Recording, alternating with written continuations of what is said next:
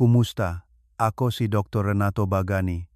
Sa loob ngang 35 taon ng pagiging doktor, marami na akong nakasalamuha at nakasama sa klinika. Naging saksi ako sa maraming pag-aalala tungkol sa pang-araw-araw na pagkain at diet. Madalas kong marinig ang mga nakapanlulumong kwento tulad nito. Doc Renato, gustong-gusto kong pinya, gustong-gusto kong sariwang prutas para pampalamig ng tiyan, pero natatakot ako na biglang tumaas ang aking blood sugar at masira ang aking mga bato. Mahina na nga ang dalawang bato ko, kaya't kailangan kong lunukin na lang ang laway at magpigil. Maraming pasyenteng may diabetes sa loob ng mahabang panahon ang nagpapasa-pasa ng isang hindi nakasulat na batas. Kung mayroon ka ng kidney failure at mataas na blood sugar, mahigpit na ipinagbabawal ang pagkain ng pinya. Dahil ito ay masyadong matamis, at ang pagkain nito ay para lang magdulot ng mas malaking kapahamakan, parang pagdaragdag ng gasolina sa apoy. Ngunit alam niyo ba, sa ilalim ng modernong, medikal na pananaw at batay sa aking aktwal na karanasan sa paggamot, ang katotohanan ay kabaliktaran. Ang masarap na pinya na iyon ay hindi lason na sumisira sa bato tulad ng maling akala sa mahabang panahon. Sa katunayan, kung alam niyo kung paano ito gamitin ng tama, sa tamang oras, at sa tamang dami, ito ay maaring maging isang ginintuang walis na maglilinis ng mga dumi at toxin, tutulong sa pagpapanumbalik ng function ng pagsala ng bato, at unti-unting mapigilan ang paglala nito sa stage 3 kidney failure ng napakabisa. Sigurado akong nagdududa at nagtataka kayo ngayon. Napakasalungat naman. Paano ba ang tama? Kung matamis ang pinya, saan pupunta ang asukal sa dugo? Huwag muna kayong umalis sa video dahil sa susunod na bahagi, ilalahat ko ang 5 napakadaling paraan na magagawa ninyo sa bahay upang gawing gamot ang pinya na magpoprotekta sa inyong katawan. Hayaan ninyong ikuwento ko sa inyo ang kaso ni Mang Jose, 62 taong gulang. Nagsadya siya sa akin na may komplikasyon ng diabetes na nakaapekto sa kanyang bato at ang kanyang chronic kidney disease ay nagsisimula nang lumipat sa stage 3. Dahil sa matinding takot na lumala ang sakit at kailanganing magpadialysis, labis siyang nagpigil sa pagkain, pinipigilan ang starches, matatamis na prutas at nagutom hanggang sa manghina at maging anemic.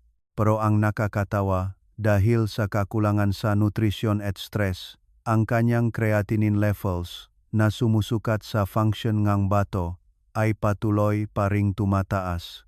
Nang gumawa ako ng treatment plan at pinayuhan siyang magdagdag ng ilang hiwa ng pinya sa kanyang light snack menu linggo-linggo, agad siyang tumanggi dahil sa matinding takot. Ngunit matapos kong ipaliwanag ng detalyado ang mekanismo at gabayan siya sa tamang paraan ng pagkain ayon sa medikal na pamantayan, dumating ang himala. Sa loob lamang ng 3 buwan ng patuloy na pagsunod, mas gumaan ang pakiramdam ng kanyang bato. Ang madalas na paghihi sa gabi ay bumaba ng malaki mula 4 na beses hanggang 1 beses na lamang. Ang kanyang blood sugar levels ay naging stable, at anti-unting bumalik ang kulay ng kanyang balat. Naging mas malusog siya. Ikinukuwento ko ang tunay na kuwentong ito upang lubos nating maunawaan na walang pagkain na ganap na masama. Mayroon lamang nga paraan ng paggamit na hindi pa natin tama. Kung nakita ninyong kapakipakinabang at nakakapukaw ngang inspirasyon ang kwentong ito, tandaan na pindutin ang subscribe button ng channel upang hindi ninyo mapalampas ang mga susunod na mahahalagang kaalaman. Kaya bakit nga ba napakahiwagang pinya? May isang nakakagulat na katotohanan na matatagpuan mismo sa matigas na koreng pinya na karamihan sa atin ay karaniwang tinatapon dahil sa tigas at hirap nguyain. Ang gintong susi sa pagpapagaling ng sakit ay naroon mismo, dahil ang core ng pinya ay naglalaman ng napakaraming dami ng isang napakahalagang natural na enzyme na tinatawag na bromelain. Ang aktibong sangkap na ito ay nagbibigay ng napakalaking epekto, parehong nakakatulong sa katawan na labanan ang pamamaga, binabawasan ang matinding presyon sa glomeruling bato, at pinasisigla ang kakayahan nitong maglabas ng mga lason mula sa urinary tract. Kapag pumasok sa dugo ang enzyme na ito na bromelain, ito ay magiging aktibo tulad ng isang masisipag na grupo ng mga manggagawa sa paglilinis. Ito ay sumisiksik ng malalim sa mga cell upang basagin at ganap na buwagin ang mga labis na kumpol ng protina na nagdudulot ng pagbara sa filtering membran ng glomeruli ng bato.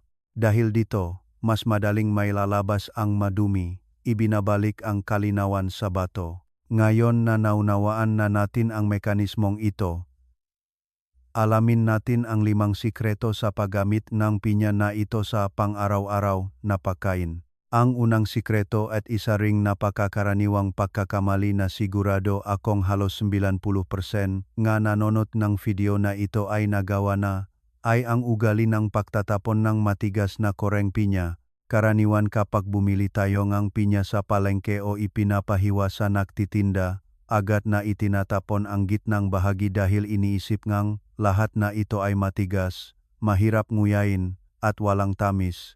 Ngunit alam niyo ba, ang bungang tila walang salang ugali na ito ay hindi sinasadya nating itinatapon sa basurahan ang pinakamahalagang bahagi, ang pinakamahalagang puso ng pinya. Ang matigas na core na iyon ang pinakamataas na konsentrasyon ng enzyme na bromelain, na gumaganap ng mahalagang papel sa paglaban sa pamamaga at pagpapanumbalik ng function ng pagsalangang bato. Samantala, ang malambot, makatas, at ginintuang laman ng pinya na gusto nating kainin ay naglalaman ng mataas na antas ng fructose na nagbibigay ng mas counting therapeutic value. Napakasimple lang ang solusyon. Mula ngayon, kapag nakbalat kayo ng pinya, huwag na huwag ninyong itatapon ang core. Pagsikapan ninyong hiwain ng napakanipis ang matigas na core na ito upang nguyain ng mabagal o kung mahina ang ngipin, maaari ninyong isama ang laman at core ng pinya sa blender at ihalo ng sama-sama. Kung ang unang sikreto ay tumutulong sa inyo na malaman kung paano kukunin ang pinakamahalagang bahaging pinya para gamitin, ang ikalawang sikreto naman ay tungkol sa pagtimbang at pagsukat ng tamang dami upang masiguro na nakakapagaling kayo nang hindi nagdudulot ng masamang epekto.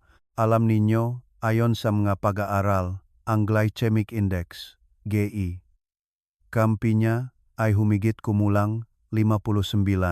Ito ay isang numero na nasa medium range, hindi mababa ngunit hindi rin naman masyadong mapanganib. Gayunpaman, ang pagkakamalingang maraming pasyenteng may diabetes ay ang pagkain ng sobra-sobra ng sabay-sabay. Mayroong mga pasyente na masarap ang pinya kaya't kumakain silang kalahating pinya ng sabay-sabay. Ang biglang pagpasok ng maraming asukal sa katawan ay magdudulot ng matinding pagtaas ng blood sugar. Kapag mataas ang blood sugar, magkakaroon ito ng napakalaking pabalik na presyon na magpapahirap sa ating dalawang bato na hirap na. Ang ligtas na solusyon dito ay ang mahigpit na pagsunod sa standard na dami ayon sa medikal na pananaw. Sa bawat pagkain, dapat lang kayong gumamit ng 50 hanggang 70 gramo ng pinya, at sa isang linggo, maksimum na 2 beses lamang kayong kakain. Para madaling maunawaan, ang dami na ito ay katumbas ng isang manipis na hiwa ng pinya na kasing laki ng inyong palad. Ang kahangahangang benepisyo ng pagkain sa tamang katamtamang dami ay nagbibigay ito ng sapat na enzyme upang ma-activate ang mekanismo ng paglilinis ng bato, pagtanggal ng madumi, at sabay na pinapanatili ang inyong blood sugar sa ganap na ligtas na antas. Iho-promise ko na sa bandang huli, ibibigay ko ang mas detalyadong impormasyon tungkol sa tamang oras ng pagkain ng pinya sa isang araw upang makamit ang doble na epekto na absorption. Ngayon na alam na natin ang ligtas na damingang pagkain, ang ikatlong sikreto ay magpapasya kung gaano karaming benepisyo ng pinya ang maabsorb ninyo nang hindi nakakasakit ng tiyan. Ito ay ang pagpili ng tamang ginintuang oras para sa paglilinis ng bato. Isang napakakaraniwang problema na madalas kong nakikita sa aking mga pasyente ay ang ugali ng pagkain ng prutas ng mabilis.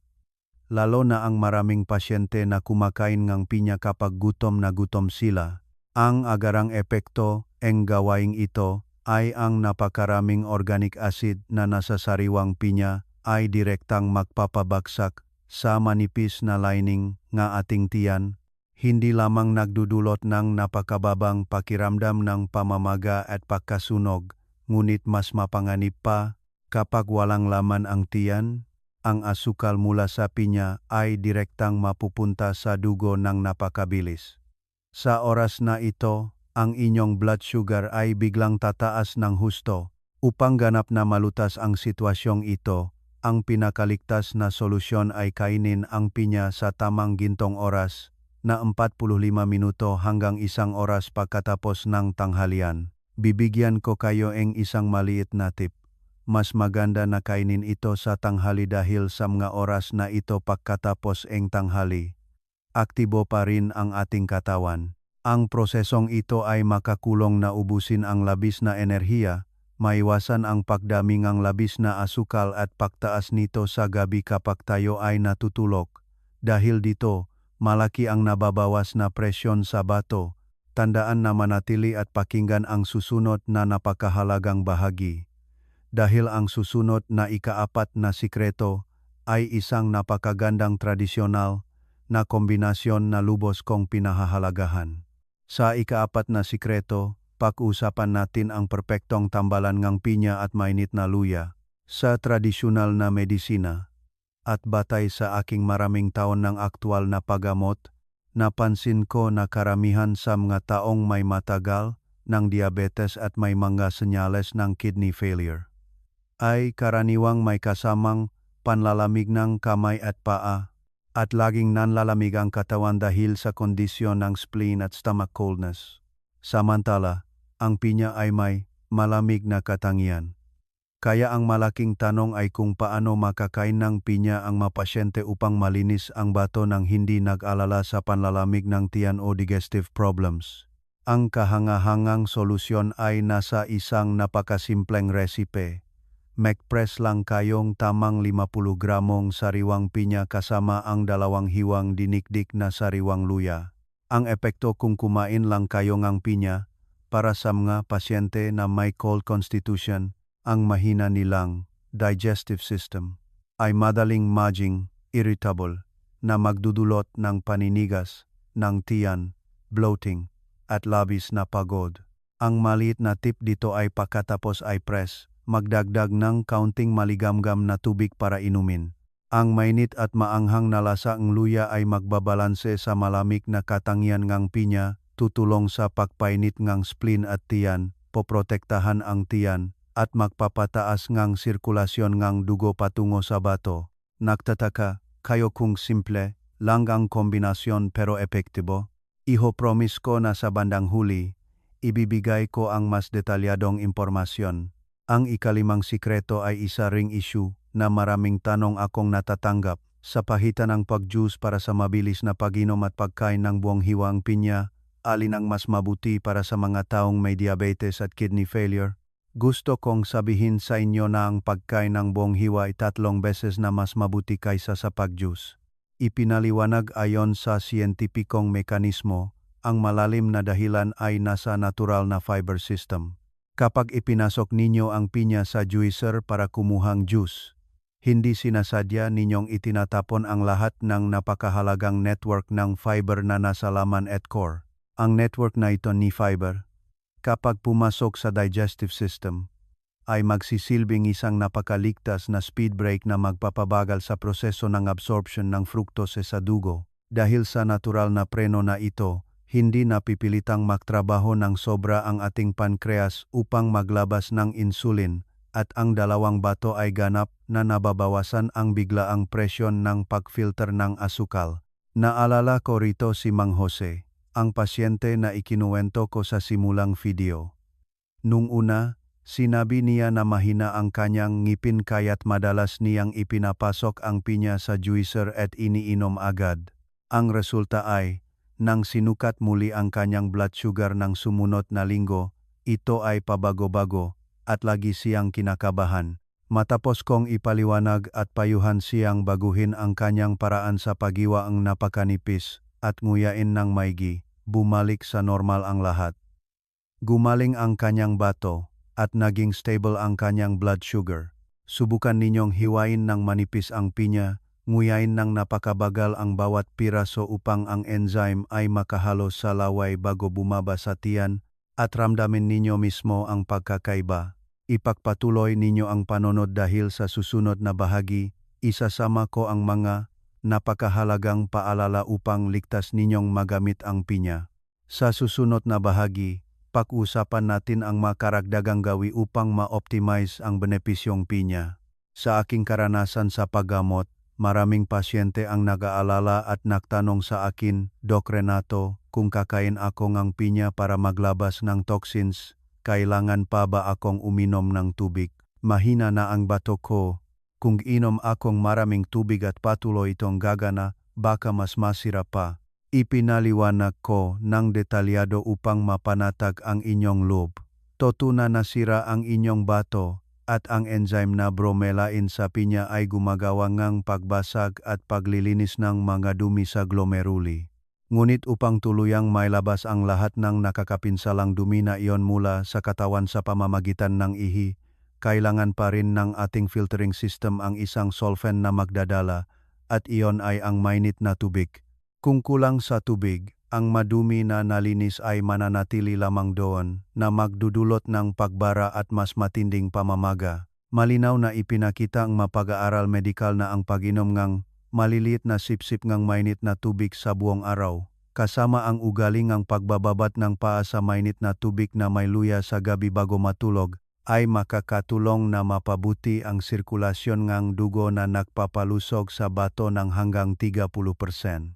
Sigurado akong naisip niyo ngayon kung pareho ba ang inyong pang-araw-araw na ugali. Naghihintay ba kayo hanggang sa uhaw na bago uminom ng isang malaking baso ng tubig? Ngayon, alamin natin kung paano baguhin ito ng bahagya na magdudulot ng nakakagulat na pagpapagaling. Kailangan niyo lang bumili ng maliit na insulated bottle, hatiin ang mainit na tubig, at uminom ng regular. Malaki ang igagaan ng pakiramdam ng inyong bato. Sa susunod na bahagi, lalo kong bigyang diin ang isang ligtas na forbidden zone na dapat ninyong tandaan. Sa aking aktwal na karanasan sa paggamot, napansin ko ang isang nakamamatay na pagkakamali na nagagawang maraming tao, at iyon ay ang pagnanais na mabilis na gumaling. Kapag narinig na maganda ang pinya para sa bato, marami ang agad na iniisip na ito ay isang miracle drug para sa lahat ng sakit at nagsisimulang abusuhin. Kumakain ng araw at gabi ng walang pagsasaalang-alang sa dami. Ngunit mapasyente, ang anumang labis na paggamit ay hindi maganda. Ang bunga nito ay ang sobrang pagawa ang katawan, at ang sakit ay hindi lamang hindi bumababa kundi si maaring lumala pa. Lagi kong pinapayuhan ang aking mga pasyente na anumang tradisyonal na gamot o pagkain ay para lamang suportahan at mapabuti ang kondisyon ng katawan. Ang kaalamang ito ay hindi kailanman maaring kapalit ng treatment plan o resetang doktor. Ang tamang paraan ay kailangan ninyong makinig sa inyong katawan upang mailapat ito ng tama. Ang pinya ay magiging pinaka-epektibo para sa mga pasyenteng may diabetes na may mga senyales ng bahagyang pamamaga sa kamay at paa dahil sa pagpapanatili ng tubig o sa mga may hirap sa pag-ihi. Gayunpaman, mahigpit akong nagbabala. May 3 grupo ng tao na mahigpit na dapat iwasan ang pinya. Una ay ang mapasyente na may matinding sakit sa tiyan, ulcer dahil ang dami ng organic acid ay magpapalala ng ulcer at magiging mas masakit. Pangalawa ay ang maumiinom ng antikoagulan na gamot sa puso.